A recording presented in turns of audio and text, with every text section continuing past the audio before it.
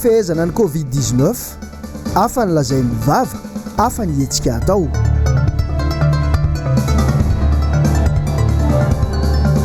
Nitokana ny mpianatra mpitsabo Ashera nikatona ireo laboratoara.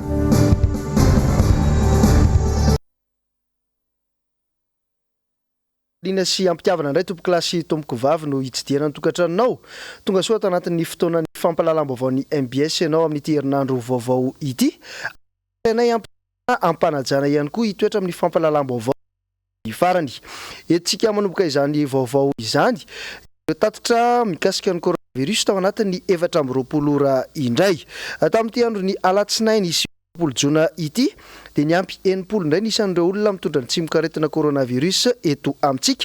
Ny 70 amin'ireo dia avy eto Antananarivo avokoa ary ny 120 dia avy any Moramanga. Hatreto izany ny totaly be an'ireo olona mitondra ny tsimon-karetina coronavirus dia mitotaly 830 sy 2,000 ary ny ampy 20 nisan'ireo olona nahitana fahasitranana ary 770 kosa ireo olona marary mafy satria ny ampy 420 zany tamin'ity androany ity.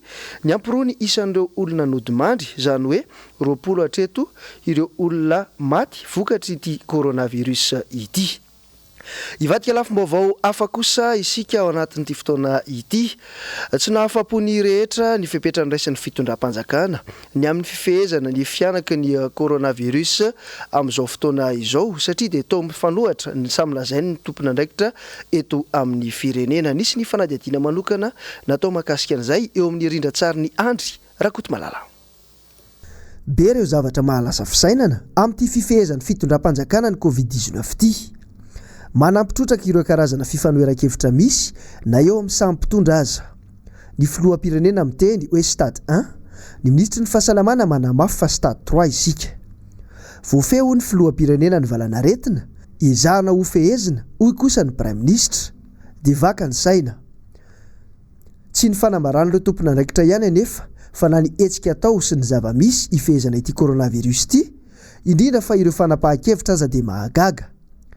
Raha nilaza ny fitondrana fa hakatona ara-potoana ny sistany ny 12 Maritsa lasa teo, mbola nisy olona akaiky ny fitondrana no antony tsy nanakatonana izany meloha. Raha nanapa-kevitra ny anao ny amiana ara-pahasalamana, to etsika entina mehezana ny vavan'ireo mpanohitra indrindra sy ireo ainao manjery no tena tanjona. Mamoaka fepetra fa tsy azo atao ny mampivory olona mihoatra ny 50, kanefa mizara vatsitsinjo sy tosika fameno amin'ny vahoaka narivony. Dia izao raha mahita izao ny fanapahan-kevitra farany. Esorina tsikelikely ny fepetra amin'ny fihibohana, anefa nisan'ireo marary tsy mitsaha mitombo, nisan'ny maty miakatra trany, ny tranga miamparitaka. Anizany tsiny, an'ny vahoaka ve sa an'ireo tompona andraikitra toa mifanipaka toy ny valalan-karona ka samy maka ho azy. Anisan'ny niteraka resabe tao anatin'ny tambazora tserasera tao ihany koa Maly nitoy tamin'ity androany ity. Ny resaka mikasika ilay kabary, mikasika ireo fepetra vaovao ny raisin'ny fitondram-panjakana manoloana ny fiatrehana ny amiana ara-pahasalamana eto Madagasikara. Nisy ny fanadihadiana izay nataony Anjavandriamahefa tamin'ity androany ity niaraka tamin'ny tahiriny aina. Fandarana manokana nataon'ny prime ministre maro no diso fanantenana, tsy araka ny andrasan'ny rehetra no niseho. Teo aloha ny fiolakolahana manoloana ireo fanontaniana marobe napetraky ny mpanao gazety izay tsy voavaly mazava. Nanampitrotraka ny fanapahan-kevitra vaovao naroson'ny fanjakana entina mehezana ny valanaretina izay mahabe resaka toy ny fanomezana lalana olona pozitif alefa mody. Amiko aloha zany reny tsy dia afa-po loatra. Satria ohatrany tsy mety zany raha hoe any amin'ny tokantrano ny olona no hitsabo tena. Voalohany indrindra za zao raha ohatra manambady aman-janaka terany trano nefa tsy ho voatanjoko mihitsy le ao anatin'ny tokantrano. Ny hoe atao miolakolana be zany le vahoaka tsy hita intsony izay tena marina amin'le vahoaka amin'izao ary tsy hita amin'ny vahoaka intsony izay vale. Za zao ohatra mandeha aty an-dalana hoana moa ny ahafantarako hoe tonja coronavirus zay zavatra zay zany tokony hoe anany amin'ny fokotany ary izy hoe manao testy isa-tokantrano azony atao nge zany fa tsy voatery hoe za hoe zany marary dia mbola andeha eny andotam-penaka an'izay hoe aloha mbo jereo kely ho fahasalamako fa tsy metimety Izy tsy nazava tsara, tsy tena nazava tsara amin'ny olona zany dia raha fijerena azy koa zany ny olona ao anatin'ilay fahasairanana mety tsy tena hoe andeha ho any amin'ilay toerana misy an'ilay hoe andehanana hitsabo tena sy hanaovana fitiliana. Eo amin'ilay lafin'ny fitiliana zao efa za aloha anisan'ny d'accord mihitsy amin'ilay resaka hoe tokony atao ny fitiliana fahobe. Fa tokony harindra tsara izy io satria raha ohatra hoe araka ny tenanao teo raha pozitiva marina dia tsy dia ahoana moa zany nataon'ilay olona ody ve zaka entana asa tonga dia mijanona. Io mbola resaka hoe précision tokony mbola précisena daholo, tokony mbola misy fampiresana zany tsampy mihitsy zany le information sy le organisation ataon'zareo zany. Tsy misy ny paikady matotra entin'ny mpitondra fanjakana hiadivana amin'ny valana retina. Tsy fantatra mazava izay tena lahara-pahamehana ho an'ny fanjakana. Tozary lasa ankilabao ny fahasalaman'ny vahoaka ankehitriny. Ny zavatra eto amintsika zany dia omena safidy ilay olona. Inona ny anton'izany? Tsampy ve ny fitaovana hatrehana an'io aretin'io eto amintsika? Kanefa ny fitondram-panjakana rehefa metrahana an'izay fanontaniana izay dia milaza foana fa hoe ampy ny fitaovana, korampy ara ny fitaovana. Maninona ny tsoraisina tanan'ireo mararitsika ireo mba tsy hiparitaka ilay aretina dia atao mizan-karantainina avokoa izay olona atao testa rehetra ary rehefa hita fa sitrana ilay olona zay vao alefa mody any amin'ny toeram-ponenana. Ny ain'ny vahoaka malagasy no zava-dehibe ary io no tokony ametrahana ny paikady matotra ifehezana farak'izay aingana ity valana retina ity. Rehefa misy ny tompon'andraikitra izay manao fandarana manokana tahaka ireny dia mahaliana ny maro no maneho hevitra mahakasika izay famakafakana izay ary ny mpanao politika dia anisan'ny tafiditra ao anatin'izay mitondra ny heviny izay hatrany. Nisy ny fanadihadiana manokana tamin'ity androany ity izay nataony Asinandriamalala sy Tokira Marolahy. Nahazo tsiny avy amin'ny mpitondra fanjakana hatrany ny vahoaka, indrindra ny mpon'ny Tomasina noho ny fiparitany ny coronavirus eto Madagasikara. Ny vahoaka izay mitady ny hanina hohaniny isan'andro satria mitrongo voahomana ny akamarony noho ny fahantrana lalina ny anjady tamin'ny Malagasy nanomboka ny taona 2024 mandrakaka ankehitriny. Nandeha fahasanam-pitandro filaminana anjatondray ny vahoaka ny Tomasina rehefa nahazo teny marary avy amin'ny mpitondra fanjakana, hany ka ny mpitandro filaminana sy ny sazy indray no atahoran'ny vahoaka fa tsy ilay aretina. Mazava araka izany fa tsy mandeha amin'izay loany ny serasera ataon'ny fanjakana amin'izao ady amin'ny coronavirus izao. Ny amin'ny fisina kosa zao dia tsy voafehy atsika, tsy voafehy magataka. N'Andriamanitra tsika mba navy amin'izany nefa izy koa tsy maintsy tsika koa no tena mazava tsara ny lalana ny tsika tongavana izay mety ho diso eny an-dalana eny. Misy fanovana hoe teny an-dalana eny satria tsisy mahafehy ny tanteraka akory. Isika no milaza hoe voafehy ilay izy dia lasa voafatotry ny teny nataontsika. Fa mbola miandalana be ilay izy aprofon'izany amin'izao fotoana izao, mitombo be. Io hitantsika aloha satria izay no mba testa vitantsika. Nefa mitaky amin'ny fanjakana koa zany amin'ny fampiarana izay tokony ho atao ao anatin'ny ataoko hoe ny mangarahara sy fanazavana teny tsotra, tsy teny anavina akory na sanatria fa amin'ny mba zibana ihany ndraiky io ny prefirenena amin'ny tena. Tsy miteny Andriamatoa Prime-ministre fa eny ny fomba fitenin'ny maro fa fitenin'ny sasany izay manahirana mihaino azy. Misy tokoa ny no betsaka ny manahirana hoe matahotra ny olona io sahirana izy, mahantra izy, matahotra izy amin'ilay retina dia vao mainka reraka izy mijery an'ilay fanjakana izay manao teny tsy voambona indray. Eo amin'ny vaovao mifandraika indrindra amin'ny resaka fahasalamana dia nisy androany ny fitokonana izay nataon'ireo mpianatra ompitsabo tetsy amin'ny hôpitaly HGR teny Anosy. Tena toerana nanao ny angom-baovao Injavandriamahefa eo amin'ny sariny tahiry ny aina. Amaraika ambe folo fotoana nandalovanay teny amin'ny hôpitaly HGR toy izao ny zava-nisy. Efa maneho firaisan-kina ao anatin'izay noho izany raha vao ohatra ka hoe tsy mivaly ilay fangatana tsisy miakatra service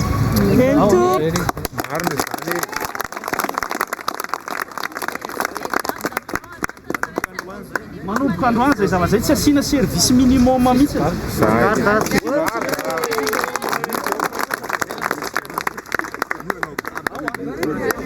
Tsy nisy ny asa ireo mpianatra ompitsabo, nikatona ny laboratoara fanaovana fitiliana ireo marary. Ny antony efa tsy misy tsy mahafantatra, tsy mbola azo ny tambo-karamana ny prime de risque avy amin'ny fanjakana. Atao tsinotsinona ny fiarovana azy ireo amin'ny alalan'ny fampitaovana na ny équipement entin'izy ireo manao ny asany.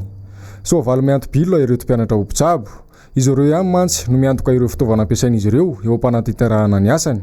saingy minimikipy ireo antefan'ny antso. Sanatria akory hoe avela horipaka avokoa izahay vao andray ny mesura tokony horaisina ny fanjakana fa tokony miroso avy hatrany dia ny mbola ao anatin'izao fotoana misy atsika izao ao anatin'izay fiarovana izay izy fa matsapy izay hoe tsy rehefa tsy voava zay olana izay dia manomboka androany izay dia matapa-kevitra hoe zay tsy hiakatra hiasa intsony tsy hanao sorona ny tenanay ao anatin'izay zavatra izay. Lasa tsy sarotsara ny fijerena fahasalamana satria efa miamitombony ka miafeno ny hôpitaly dia saherana izay mitady salle andraisan-tanana ny marary dia lasa nafahavononanay ara lasa voakasika anatin'izay satria lasa mijaly ny marary zay sady efa tsy voahary raha teo dia izay zany jerenay hoe mila tena jereo akaiky le fahasalamana état d'urgence sanitaire izy ity nefa ny fahasalamana tsy voajery akaiky. Tsy fantara hoe hatramin'ny ovina ny tohizan'ity fitokonana ity. Mbola eo amin'ny lafin'ny fahasalamana ihany mikasika manodidina indrindra ny ady atao amin'ny Covid-19 taorian'ny fidinana ifotony izay nataony teo anivon'ny polisy pirenena androany hatramin'ny 7h maraina dia fantatra fa miisa 720 ireo mpamily sy ny mpanampiazo no nampidirina violent, 720 kosa ireo fiara izay nalefa fourrière ary tsy fantatra fa tsy nanara-dalàna izy ireo. Nisy tamin'ireo fiara ireo no tratra nampiasa seza volamena, nisy ihany koa ireo nitondra mpandeha izay tsy nanao arotava ary tsy nampiasa gel hydroalcoolique ihany koa. Ankoatra ireo mpandeha tongotra izay tsy nanaja ny fepetra ihany koa dia niarany sazy ireo mpitatitra izay nanamora ny fitaterana ny olona izay hita fa mampianaka ny aretina Covid-19 eto amintsika. Fa anisan'ny mbola mampametra-panontaniana ny maro ihany koa amin'izao fotoana izao mikasika ny tontolon'ny fanabeazana sy ny fampianarana amin'izao fotoana izao hoe inona no fandraisana andraikitra ataon'ny fitondram-panjakana manoloana ireo zaza malagasy miaina ao anatin'ny tebiteby. Nisy ny fanadihadiana manokana izay nataony Injavandriamahefa sy Tahiriny Aina. Hiditra amin'ny volana Jolay isika izao, tokony efa hifarana ny taom-pianarana ho an'ireo sekoly rehetra manerana ny nosy raha ny programa ofisialy. Fotoana tokony efa nomanana tanteraka ny fanadinam-panjakana kosa ho an'ireo mpianatra nala fanadinam-panjakana. Hatramin'izao anefa mbola tsy fantatra mazava ny fotoana sy ny daty omen'ny fanjakana hanatanterahana izy ireo izany fanadinana izany. Taintaina sy ayay araka izany no manjohy ireo ray aman-dreny sy ireo mpianatra. Mba tsy ataona fotsy re ny taom-pianarana amin'ity taona ity apetrao mazava ny hoe roviana ny fanadinam-panjakana ary raha sanatria ka tsy isy zany fanadinam-panjakana zany lazao den'izao ny ray aman-dren'ny mpianatra sy ireo mpianatra ireo satria dia misy fatiantoka marobe mifandraika amin'izany fiemorana datim-panadinana na tsy filazana ny marina hoe isy sa tsy isy zany na savorovoron-tsaina fotsiny ihany azy eo anivon'ny ray aman-dreny sy ny mpianatra hitantsika fa tena manimba ny fiainana eny anivon'ny fiarahamonina. Fa nanao fanadihadiana manokana kosa indray mikasika ny teti-bolam-panjakana na simpanitsina ao amin'ity taona 2024 ity ny mpanao gazetiny MBS tamin'ity androany ity. Teny amin'ny lampananosy-kely, teny amin'ny antenemeran-dolona teny moa no nanaovana izay fanadihadiana izay. Eo amin'ny sarin'ny Tokiramarila fanadihadiany Asinandriamalala. Efa tonga eny anivon'ny antenemeran-dolona ary efa nandalo asam-boamerandroany ilay volavolan-dalàna mifeny teti-bolam-panjakana na simpantsina amin'ity taona 2024 ity. Raha pitso no hiatrika fandaniana azon'ny be sy ny maro atrehina ao amin'ny lapan'ny antenemeran-dolona izany volavolan-dalàna izany.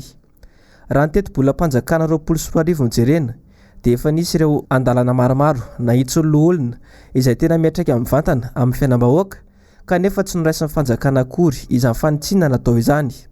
Manay amin'ny hoavin'ny fanitsiana ity LFR 2020 ity ireo olona.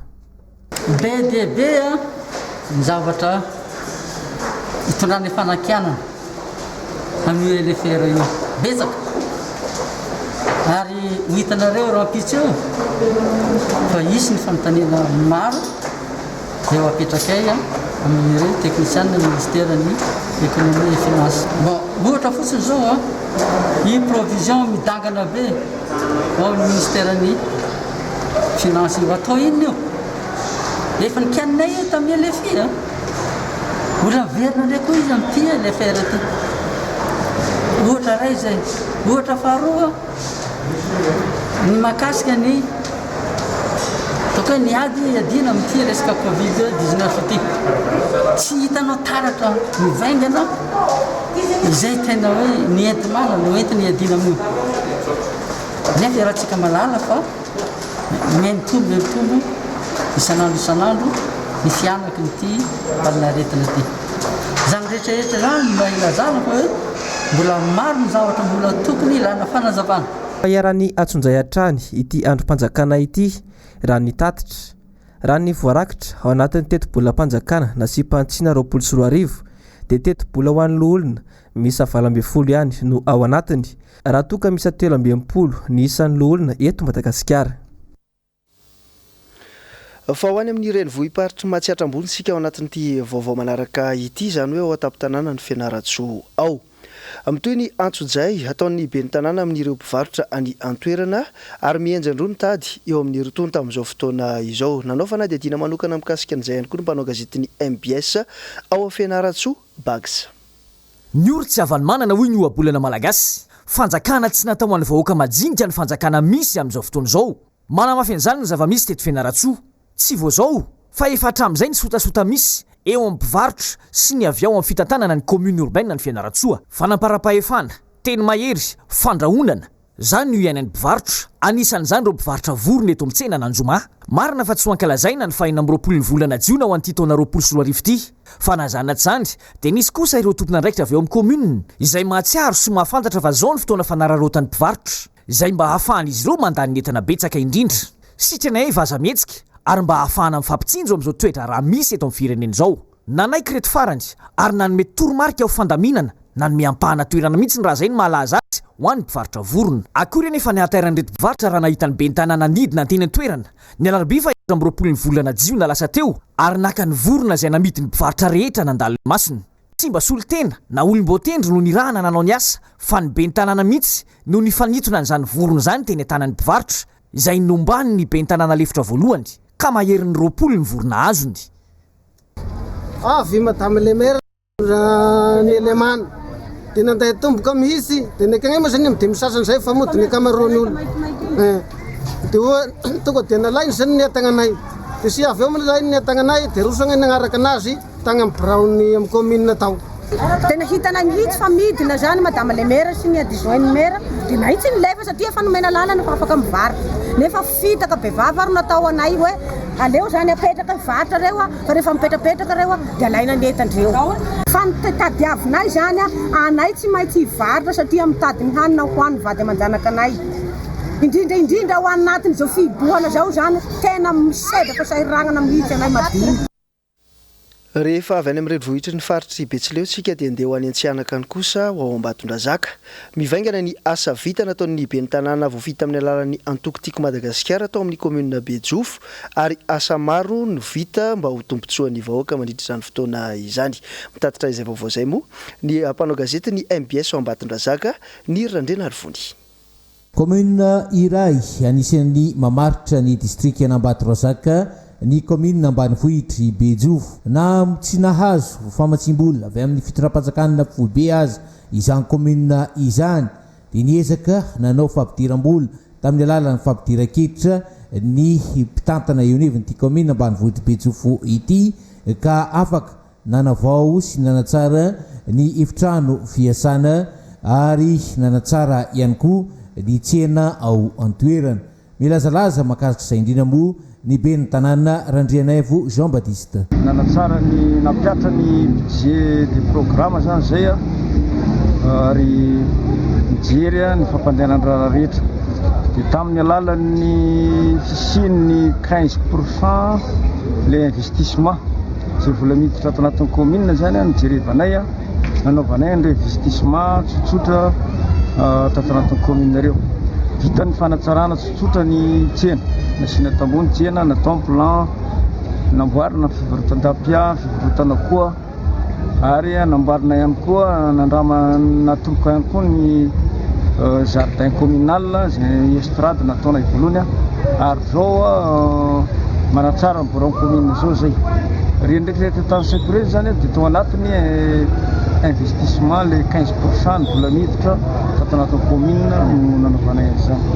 misy ihany koa ny CLD efa vita, EPP efitra ray ao mangarivotra efa natolotra izy io voarainay la clé CLD 2019 zany izy io vita soma tsara. Be ny tanàna Itimo fa ny trakefa izay azony tao anivon'ny antoko tiako Madagasikara no noezana nampiarina tamin'ny fitantanana ny tanàna ka tsy magaga raha miroborobo zay tsy izy izay resaka asa fampandrosoana eo anivon'ny commune ambanivohitra Betsovo izay. Mbola vaovao mifampitohy amin'izay hatrany nahazo ny anjarany ihany koa ny sitraka arovava ny farany herinandro teo ny mponina tao amin'ny fokotany Ambodinonga tao Ambatondrazaka atao izay fanomezana sy fanampiana avy amin'ny solombavam-bahoaka na Madagasikara fidèle Razarapiera izy ity. Fa eo amin'ny fanadihadiny ny MBS any Ambatondrazaka hatrany niry Randrena Arivongy. Anjaran'ny mponina ao anatin'ny fokotany Ambodinonga commune ambanivohitra Andilantobo no nisitraka ny arovava avy amin'ny solombavam-bahoaka fidèle Razarapiera ny farany herinandro teo. Ireo mpiara-miasa amin'ny ity solombavam-bahoaka Itimo no tonga tany toerana nanatra izany arovava izany. Pelompisorana tamin'izao fietsika matehitery nataon'ny solombavam-bahoaka fidèle Razarapiera zao ny solitena ny mponina ao Ambodinonga. Indrindra soarandriamanitra tafoana kafalina atsika menaka ary misaotra député fidèle satria mana finiavana mizaraka bosy eto Ambodinonga. Sotra makasitraka. Kina moa ny mampafantatra fa hatreto dia azo lazaina mbola vitsina ihany ireo olona mampiasa ity arovava ity raha ho an'izany tanàna ny Ambodinonga izany ka tonga amin'ny fotoana ilana azy arak'izany ity fanomezana avy amin'ny solombavam-bahoaka fidèle Razarapiera ity. Fa eo amin'ny ankon'ny fankalazana ny fetin'ny 20 Jona lasa teo kosa indray dia afakely nanamarian'ireo diaspora malagasy izay monina any Kanada sy ireo malagasy hafa izay mila ravinahitra any ivelany ihany koa manao izany fankalazana izany. Ravina Zafy Mahenina sy Mathieu Princy. Tsy nasakany ireo diaspora malagasy monina any Kanada tsy ankalazan'ny fetim-pirenena ny aretina Covid-19 izay tsy azahoana manao hetsika tamin'ny alalan'ny tambazotra tserasera noho ny fampitaona izy ireo. Merci Eric. De rien Eric. Merci Carreta. Bonjour Dolia. Savoir l'éducation, les valeurs que sont aussi la tolérance. Alors de tout ça, histoire nazany Madex nanome atsika ny tirage ty de misy misaotra ny Ramatoa Anitra Andriambovonjy nanao an'ilay vidéo. Donc, je vais passer à la prochaine personne qui va prendre la parole. À Madame Jacqueline Cardinal, biographe et chercheuse à Montréal. Oui, bonjour mesdames et messieurs, chers amis de Madagascar. Je remercie d'abord Monsieur Rakoto Malala de m'avoir invité à m'adresser à vous aujourd'hui à l'occasion du 60e anniversaire.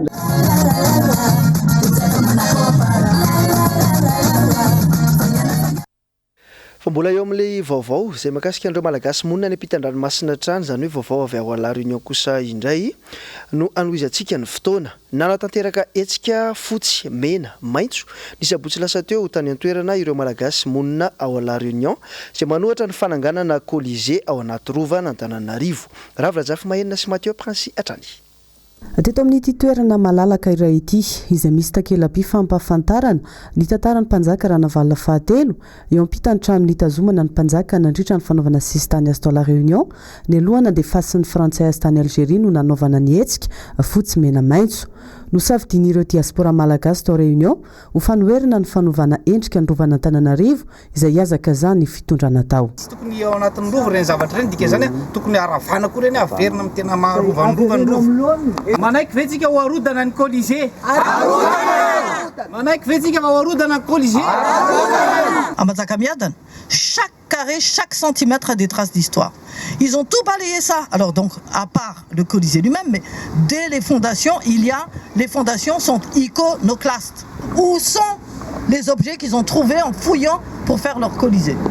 Donc déjà, de la base, de la terre même, il y a une attitude vraiment criminelle. Le scandale, c'est de ne pas conserver les traces anciennes et de respecter ce patrimoine. Ny tsy fahombiazany fitondrana eo amin'ny fanarenana ny toe-karem-pirenena sy fampiakarana ny fari-piainam-bahoaka eo resaka Colisée eo.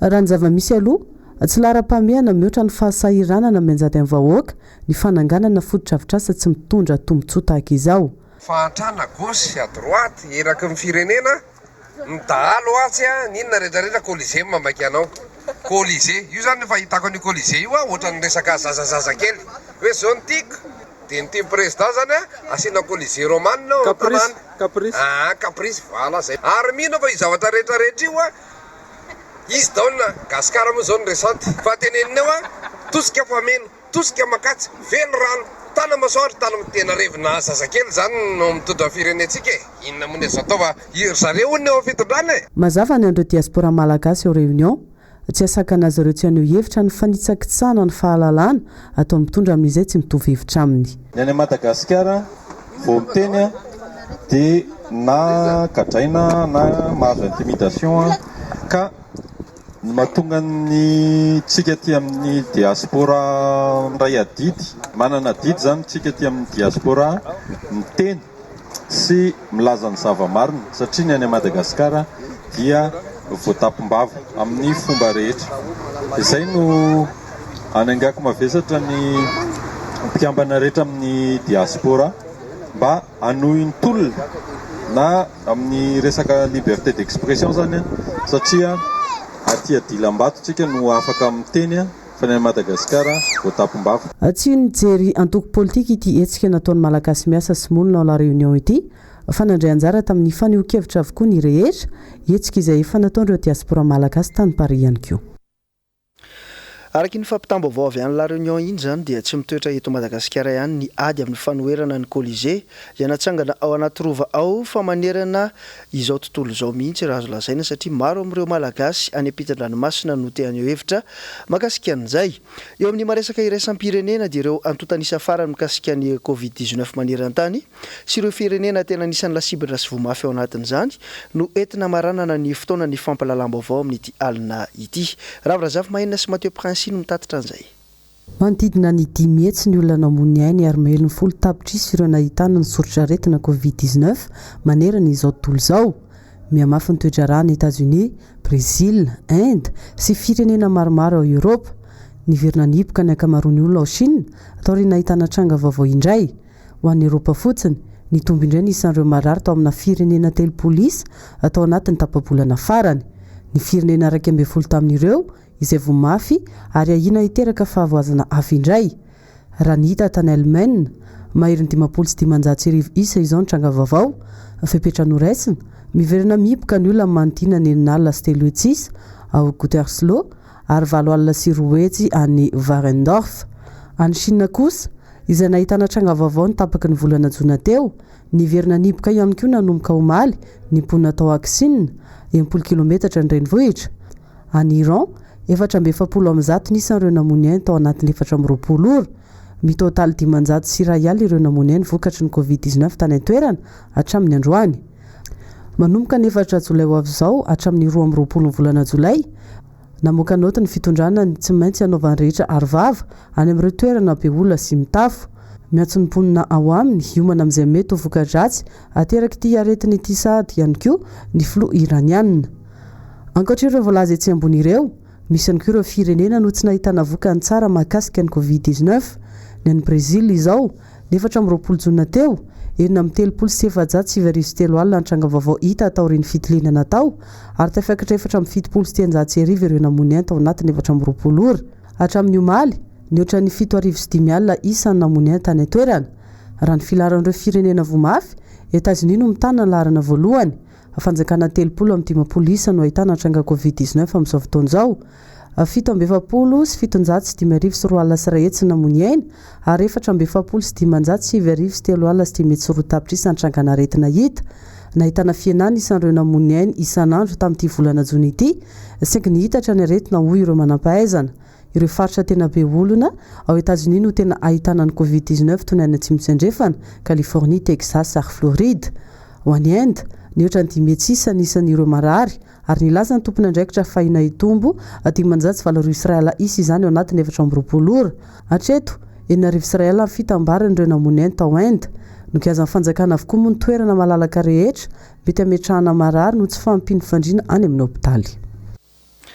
tapitra amin'ny fotoanantsika tamin'ity alatsinainy sy amby Jona ity atao anatin'ny fotoanan'ny fampahalalam-baovao ankasitrahana feno tompokilasy tompoky vavy ny safidinao miara-dalana amin'ny NBS na itsika eto Madagasikara nareo any ampitan-dranomasina ihany koa tsy misaraka amin'ny fampahalalam-baovao sy ny amin'ny fahitalavitra MBS na ihany koa ny onjapeo ankasitrahana feno hatrany ihany koa ireo teknisianina sy ny mpanao gazety ary ireo pakasary miara-misala hatrany ao anatin'izao fotoana iarahantsika eto zao manome fotoananao amin'ny rapitsondray ny vaovaon'ny MBS veloma tompoko.